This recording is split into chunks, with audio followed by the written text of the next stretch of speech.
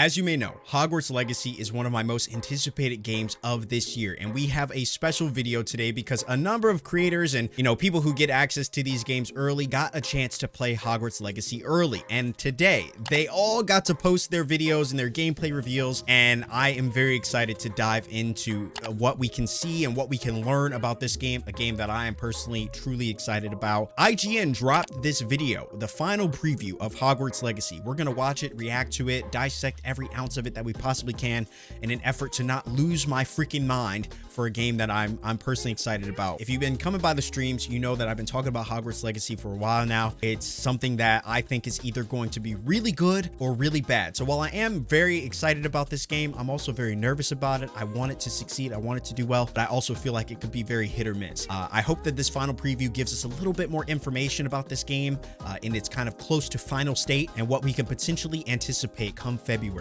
But without further ado, guys, let me know if you're excited about this. Have you already pre-ordered it? Are you planning on playing Hogwarts Legacy on day one? Let me know down in the comment section below. Drop a like on this video if you did enjoy it. And without further ado, let's check out the final preview for Hogwarts Legacy. All right, guys, here we go. The final preview.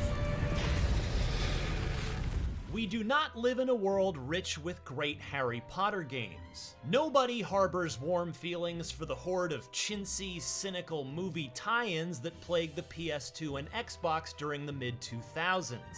So, when Portkey Games unveiled the big-budget Hogwarts Legacy in 2020, it was clear that the studio was aiming spectacularly high with its interpretation of Harry Potter. After a 2-hour hands-on, I can say with confidence that the wizarding world has rarely looked better.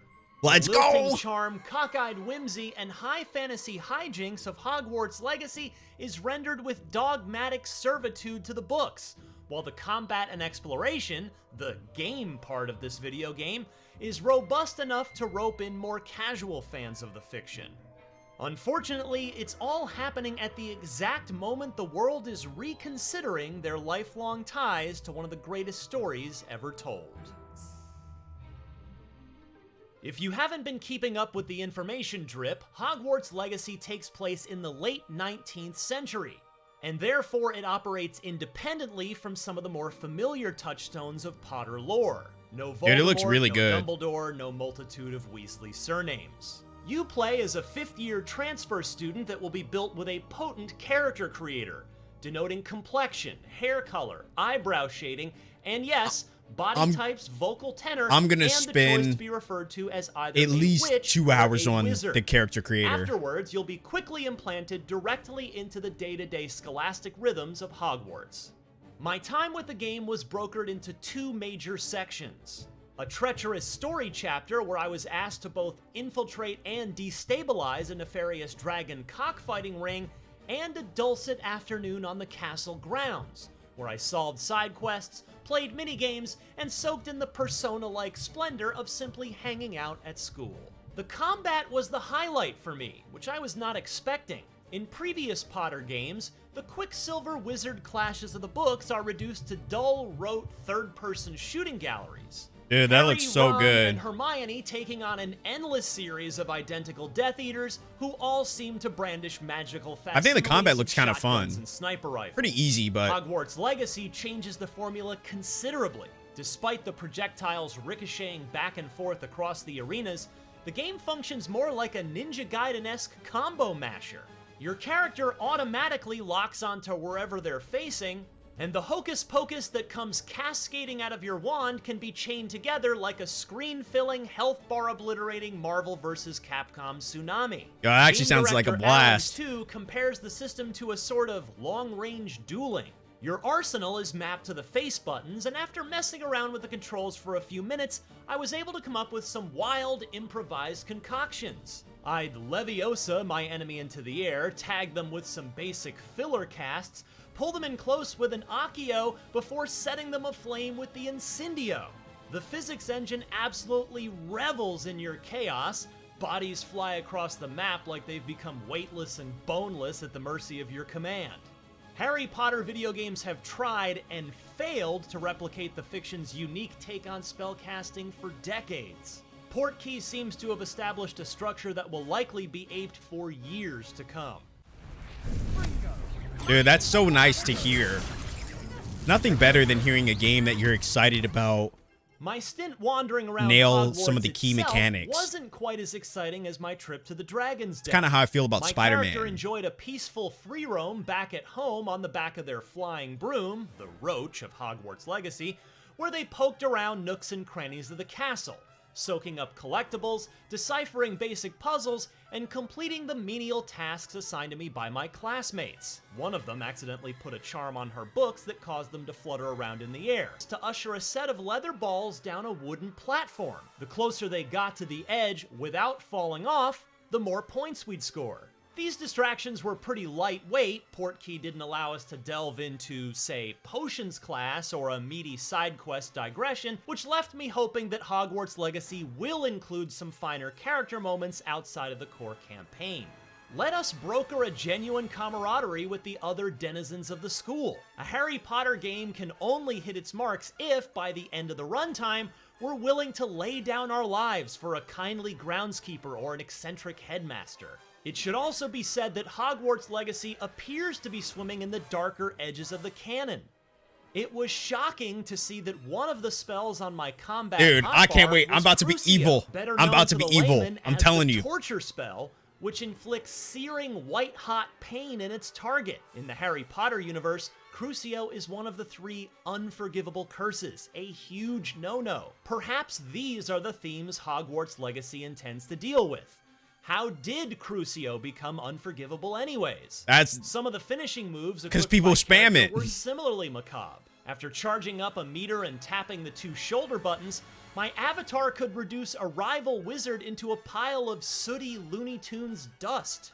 The Harry Potter books are centered around the purity of teenage friendship, so it is weird I'm about to watch use a that. 5th year take a life. Dude, I'm Again, sorry. I'm about to be maybe evil. I Hogwarts can't help Legacy it. Intends to explore some of those questions. On first brush, though, it's pretty jarring. Homie got obliterated. They must have only just captured her. She's putting up quite the fight. Of course, anyone who chooses to play Hogwarts Legacy must contend with all sorts of contradictions, most of which are far more important than the usual dissonance we tend to find in video games. J.K. Rowling has established herself as one of the most prominent anti-trans mouthpieces on the planet. The character creator in Hogwarts Legacy offers a huge amount of gender diversity, but that cannot change the fact that the author of these books remains the proprietor of the Harry Potter intellectual property. Yeah, I mean, that's Purchasing true. this video game feels like a tacit endorsement of Rowling's retrograde worldview.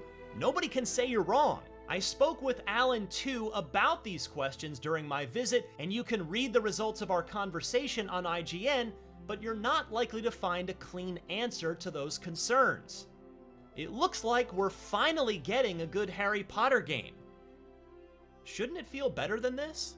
For more on Hogwarts Legacy, check out the official cinematic trailer as well as some Dark Arts Battle Arena gameplay. I mean, that's true. And for everything else in the world of video games, stick with IGN. The game looks good, though. The game looks good. All right, guys, so we just got our final preview of Hogwarts Legacy, and I gotta say, for the most part, it consists of a lot of the elements that and features that we've come to be introduced to into the past 2 live streams and some of the gameplay videos that we've seen over the past year or so, even before the delay. Nothing really is new here, but what makes me happy is that all the things that I liked, all the elements that I was really excited about in those live streams seem to be present in this game, and it has me more excited than ever. I mean, I think the reason I was wanting to watch this final preview with you guys is really just to validate my strong hypothesis that this game was going to be good, and the fact that people have gotten their hands on the final preview and or really the final version of the game and gotten to play it and mess around with some of the key features, it gives me much more confidence than ever that this game is going to be good, and it's going to be something that a lot of people are going to be talking about for the next couple months, and that has me very excited. Whether you're a Harry Potter fan or you know, someone who maybe is a casual fan or a hardcore fan, it feels like there's something here for everybody, and there's nothing more exciting to me than being able to be a freaking wizard walking around Hogwarts, attending classes, traveling and traversing the grounds and everything in between. I definitely am going to be participating in everything that's this game has to offer. And I think the only thing that I haven't seen too much about is whether or not there's an end game. I'm not sure how long the story is. I know it's mostly, I think it's primarily a single player experience. So I'm really hoping that there's a reason to continue playing this game post launch. And I'm sure that there's going to be, if the game is as popular as I'm anticipating it will be, I'm sure we're going to see a lot of maybe expansions or DLC, or at least that's the hope. I want reasons to continue playing through this game. I really wish that it was a multiplayer experience, or I at least when I first saw the previews for it, I was under the impression that it was going to be a really full-on MMO style game where you could all be in Hogwarts with a bunch of people in a server and you could attend classes with your friends and stuff like that. Now, maybe if this game is a massive success and it breaks records and sells a lot, that maybe they will, move on with the Hogwarts Legacy 2 and start to, build upon some of the core concepts that made this game successful and really dive into some multiplayer elements. That's really what I'm hoping for, but I guess we're going to have to wait and see. In terms of the criticisms, if you guys have been on Twitter, you've seen a lot of criticisms about the whole J.K. Rowling stuff and the fact that she's pretty much anti-trans, and the fact that people have boycotted the Harry Potter, franchise because of her, because anything, in terms of buying the movies or the books or whatever, a lot of that really does kind of, I think most of that goes back into her pocket. And so, yeah, I can see why a lot of people want to boycott it, but I guess my position on it is that, not buying this game, I feel like really does, if anything, it hurts the developers, the ones who worked on this game, who don't have any sort of coexistence or any sort of correlation with J.K. Rowling and her beliefs, which I'm sure is why they've gone as far as they have into really be inclusive in terms of the character creator. And I think that that's really important. So as for me, I still want to get the game and support it, because I know that it supports the developers, the people who have worked years and tirelessly to make this game an awesome experience. But for anybody that doesn't want to play it because they want to shove it to, J.K. Rowling, I mean, I get it. I totally understand. But let me know in the comment section below, what are you guys' thoughts on that? And let me know, what did you think about the final preview? I'll post the link to the full video that IGN did on my, down the pinned comments. So let me know what you guys think about this. Is this a game you're still looking forward to? Does the final preview make you more excited for the game? Or is this one you're going to be waiting on? I'm curious to hear what your thoughts are down in the comment section below. Drop a like on this video if you did enjoy it. Really helps out. There's a lot of games that I'm excited about for this year. Dead Space Remake, Hogwarts Legacy, Resident Evil 4 Remake, and so many others. And I cannot wait to share those experiences with you. If you haven't checked it out yet, come by our live streams. We live stream multiple times a week. So a lot of opportunities for us to hang out together and talk about these things. As always, guys, thank you so much for watching. My name is That Guy Rye, and I will see you in the next video.